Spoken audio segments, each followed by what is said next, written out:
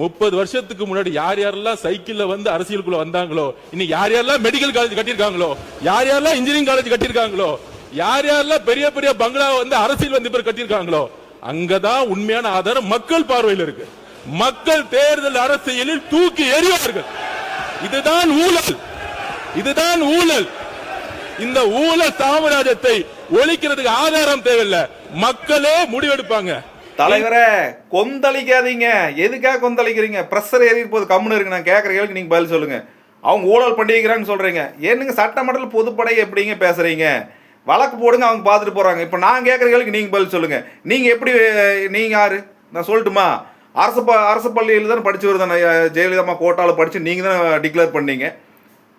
அப்புறம் gym master இருந்தீங்க. இன்னைக்கு எத்தனாயிரம் கோடி சொத்துக்கு நீங்கள் அதிபதி. அதை நீங்கள் கொஞ்சம் விளக்க முடியுமா? உங்கள் குரூப் வந்து என்ன நேர்மையை சம்பாரிச்ச குரூப்பா?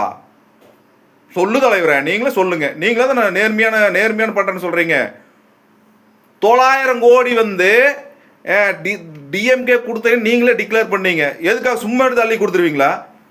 ஏதோ ஒன்று தேவையில்லாமல் கொடுத்துருப்பீங்களான்னு நான் கேட்குறேன். அதுக்கு நீங்கள் பதில் சொல்லுங்க. என்ன தலைவரே, ஊழல்னா கோர்ட்டில் கேஸை போடு தலைவர், எல்லாம் பார்த்துக்குவாங்க.